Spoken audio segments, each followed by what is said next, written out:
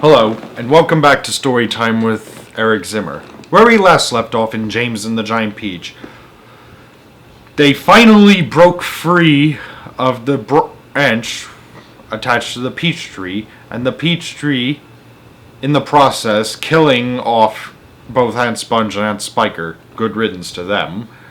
They are now in the middle of the Atlantic Ocean, but they don't know that yet. We're about to find out what happens to them. So you ready? Alright. Let's begin.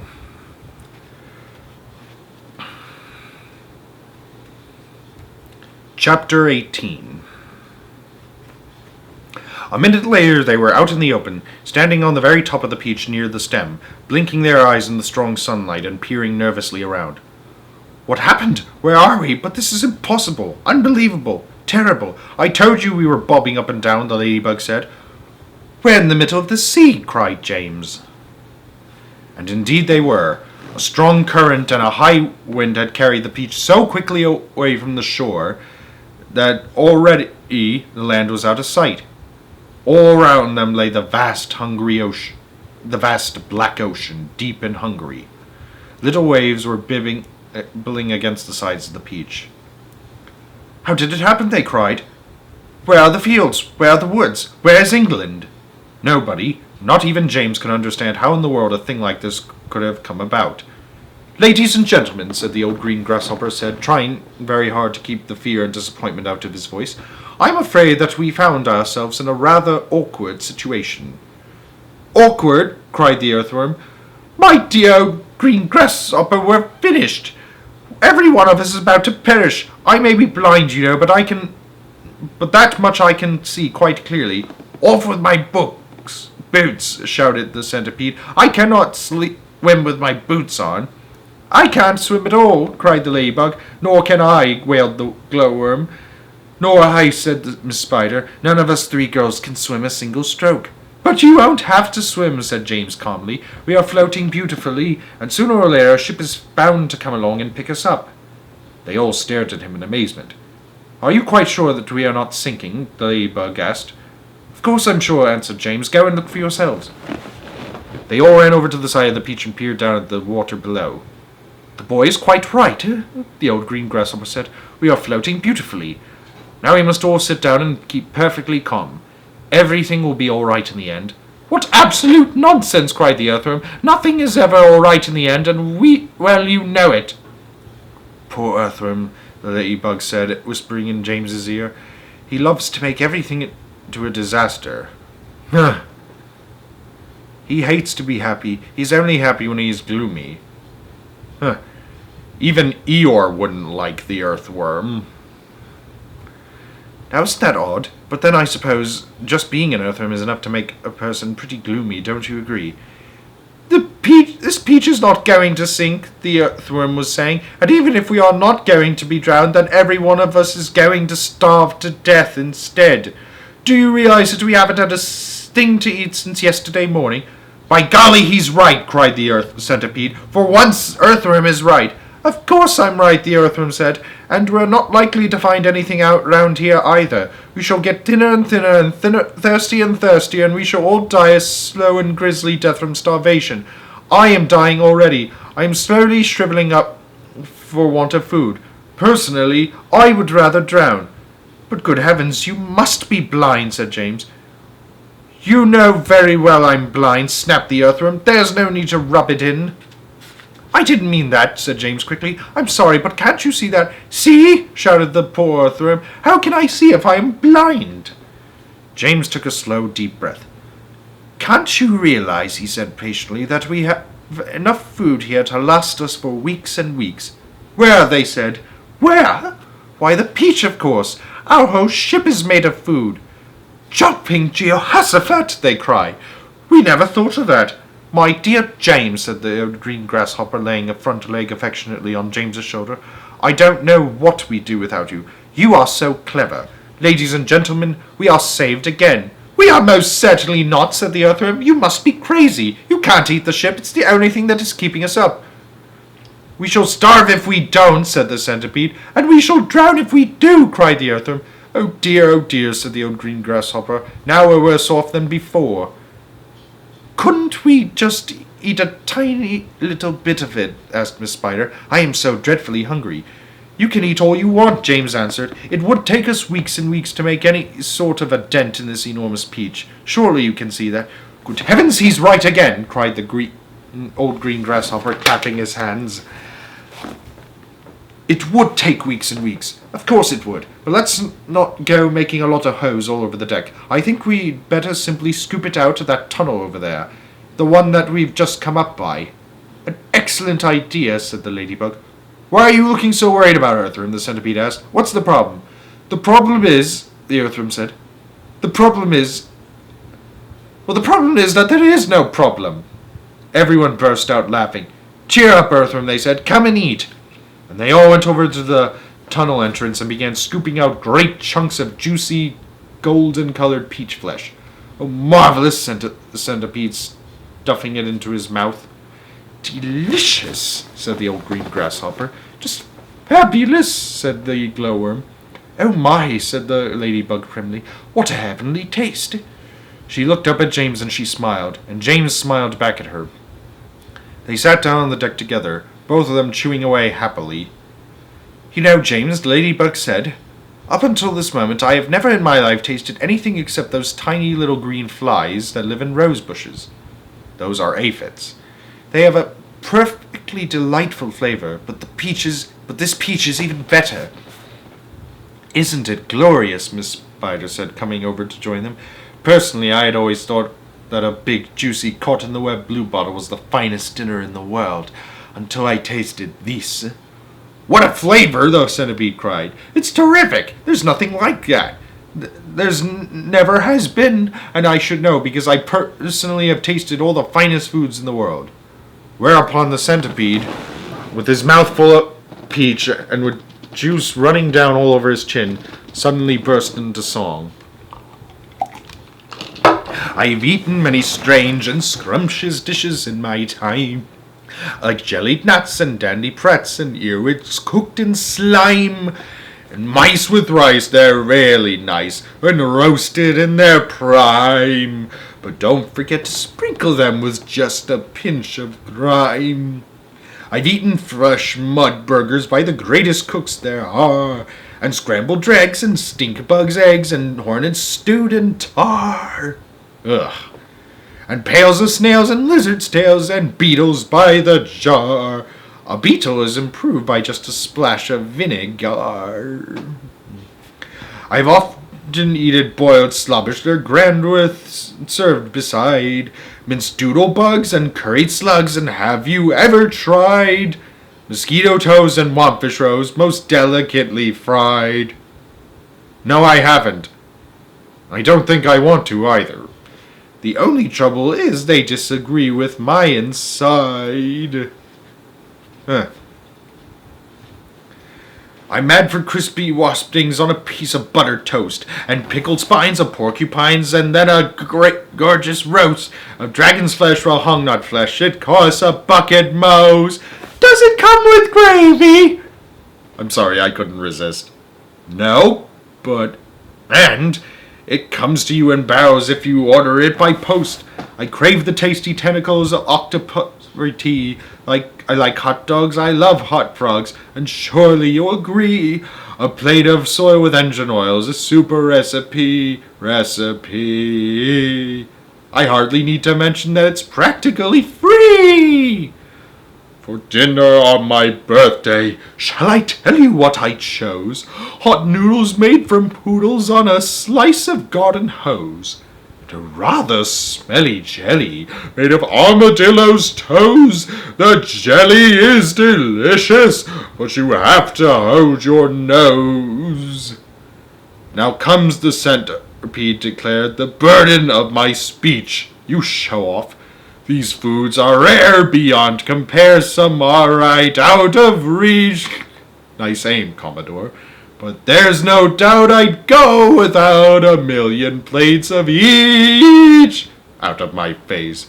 For one small bite, one tiny bite of this fantastic fantastic peach! This fantastic peach! Everybody was feeling happy now. The sun was shining brightly out of a soft blue sky and the day was calm. The giant peach, with the sunlight glinting on its side, was like a massive golden ball sailing upon a silver sea. Chapter 19. Look! Cried the centipede just as they were finishing their meal. Look at that funny thin black thing gliding through the water over there. They all swung around to look. There are two of them, said Miss Spider. There are lots of them, said Ladybug. What are they? Asked the earthworm, getting worried. They must be some kind of fish, said the old green grasshopper. Perhaps they have come along to say hello. They are sharks, cried the earthworm. I'll bet you anything you like that they are sharks and they have come up along to eat us up. What absolute rot, the centipede said. But his voice seemed suddenly to have become a little shaky, and he wasn't laughing. I'm positive they are sharks, said the earthworm. I just know they are sharks. And so, in actual fact, did everybody else, but they were too frightened to admit it. There was a short silence. They all peered down anxiously at the sharks, who were cruising slowly round and round the peach. I can see at least 6 of them. Just assuming that they are sharks, the centipede said, there still can't possibly be any danger if we stay up here. But even as he spoke, one of those thin black fins suddenly changed direction and came cutting swiftly through the water, right up to the side of the peach itself. The shark paused and stared up at the company with small, evil eyes. Go away, they shouted. Go away, you filthy beast. Slowly, almost lazily, the shark opened its mouth, which was big enough to have swallowed a perambulator, and made a lunge at the peach. They all watched, aghast. And now, as though at a signal from the latter, all the other sharks came swimming in towards the peach, and they clustered around it and began to attack it furiously. There must have been 20 or 30 of them at least, all pushing it and fighting it, lashing their tails, and churning the water into a froth.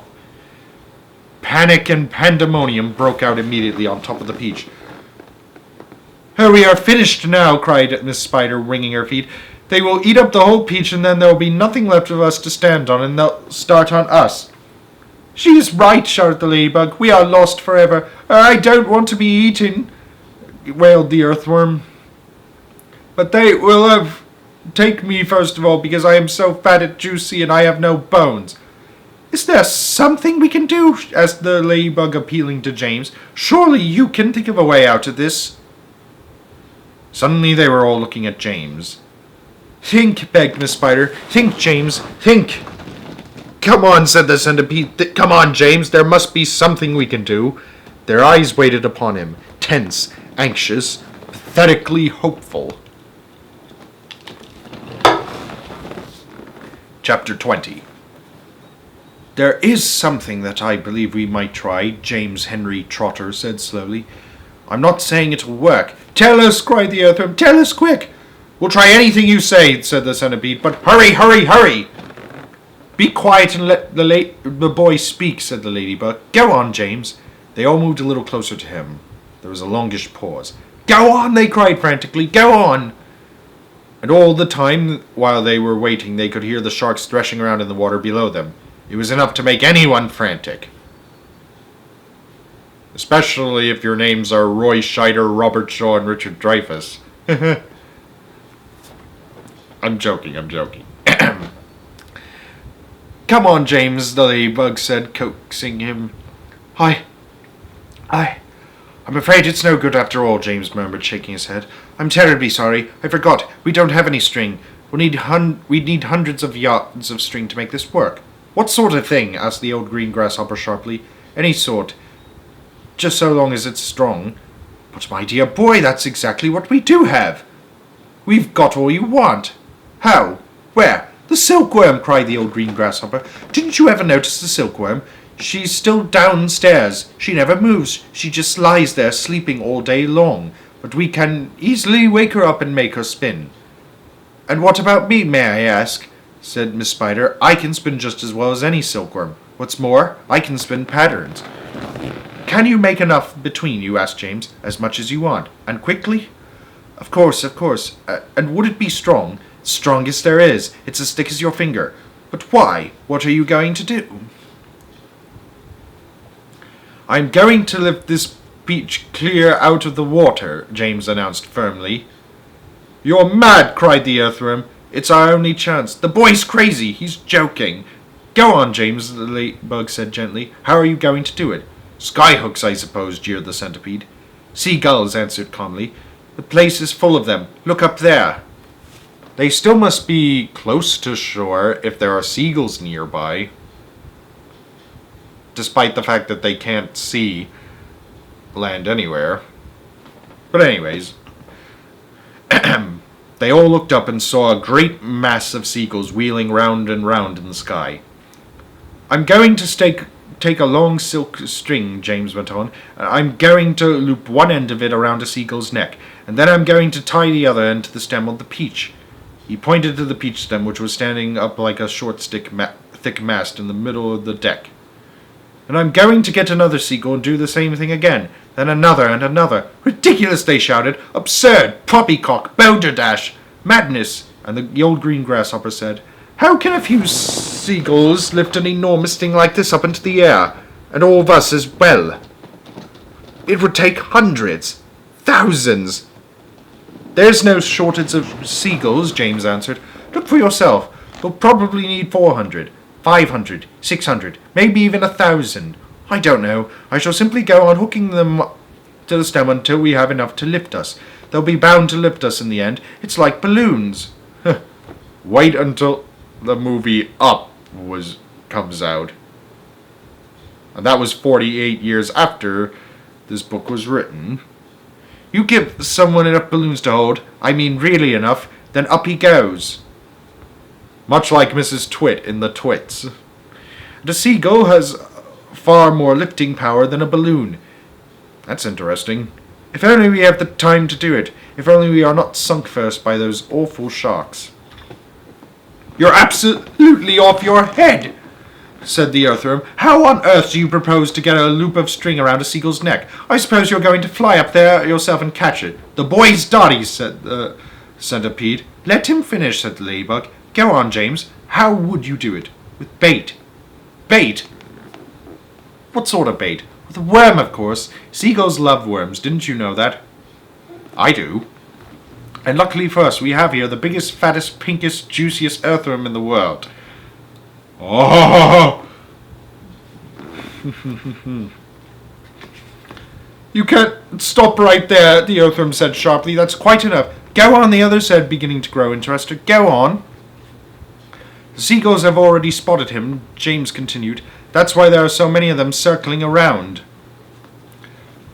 But they daren't come down to get him while all the rest of us are standing here. So this is what... Stop! Cried the earthworm. Stop! I won't have it. I refuse. Be quiet, said the centipede. Mind your own business. I like that. My dear earthworm, you're going to be eaten anyways. So what difference does it make whether it's sharks or seagulls? I won't do it. Why don't we hear what the plan is first, said the old green grasshopper. I don't give a hoot what the plan is, cried the earthworm. I am not going to be pecked to death by a bunch of seagulls.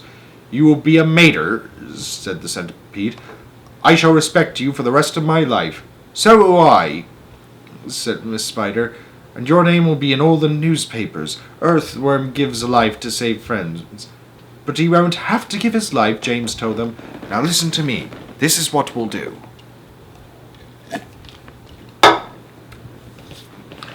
Chapter 21.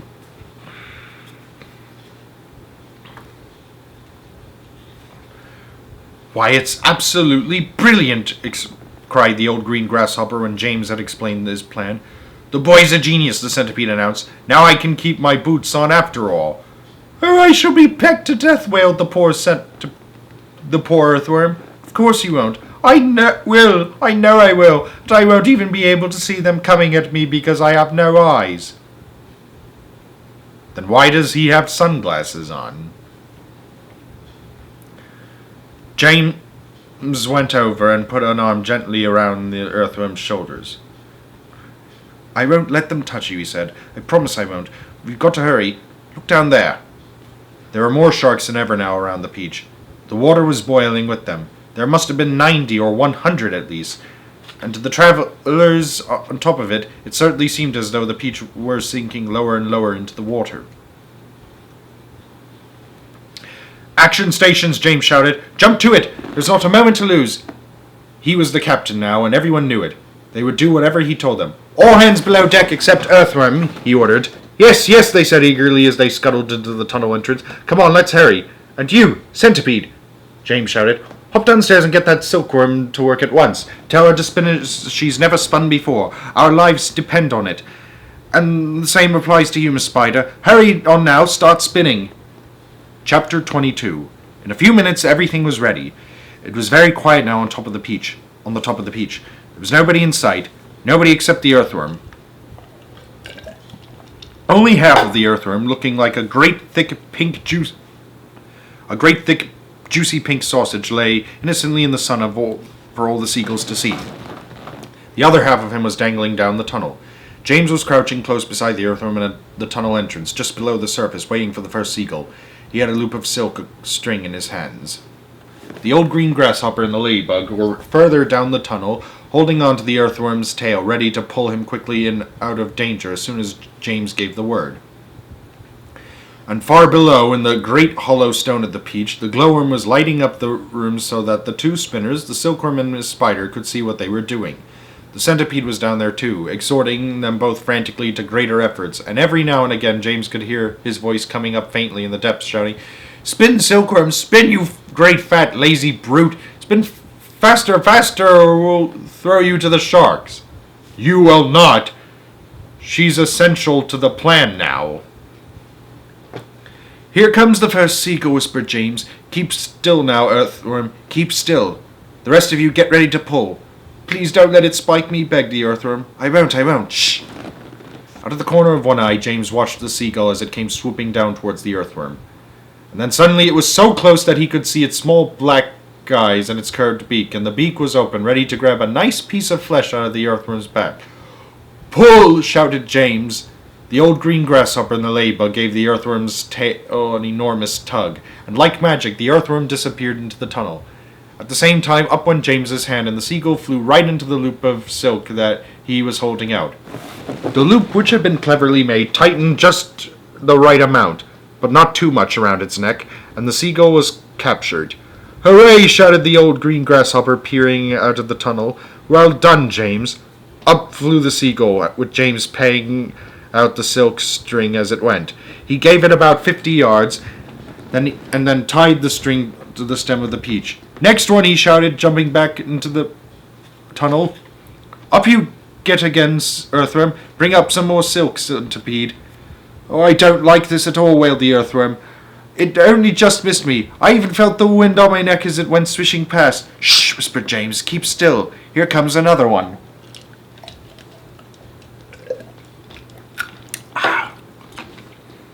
So they did it again, and again and again and again, and the seagulls kept coming, and James caught them one after the other and tethered them to the peach stem. 100 seagulls, he shouted, wiping the sweat from his face. "Keep going," they cried. "Keep going, James." 200 seagulls, 300 seagulls, 400 seagulls. The sharks, as though sensing that they were in danger of losing their prey, were hurling themselves at the peach more furiously than ever, and the peach was sinking lower and lower still in the water. 500 seagulls, James shouted. "Silkworm says she's running out of silk," yelled the centipede from below. "She says she can't keep it up much longer, nor can Miss Spider." "Tell them they've got to," James answered. "They can't stop now." "We're lifting," somebody shouted. "No, we're not. I felt it. Put on another seagull, quick. Quiet, everybody, quiet. Here's one coming now." This was the 501st seagull, and the moment that James caught it and tethered it to the stem with all the others, the whole enormous peach suddenly started rising up slowly out of the water. "Look out! Here we go! Hold on, boys!" But then it stopped. And there it hung. It hovered and swayed, but it went no higher. The bottom of it was just touching the water. It was like a delicately balanced scale that needed only the tiniest push to tip it one way or the other. "One more will do it," shouted the old green grasshopper, looking out to the tunnel. "We're almost there." And now came the big moment. Quickly, the 502nd seagull was caught and harnessed to the peach stem, and then suddenly, but slowly, majestically, like some fabulous golden balloon with all the seagulls straining at the strings above, the giant peach rose up, dripping out of the water, and began climbing towards the heavens.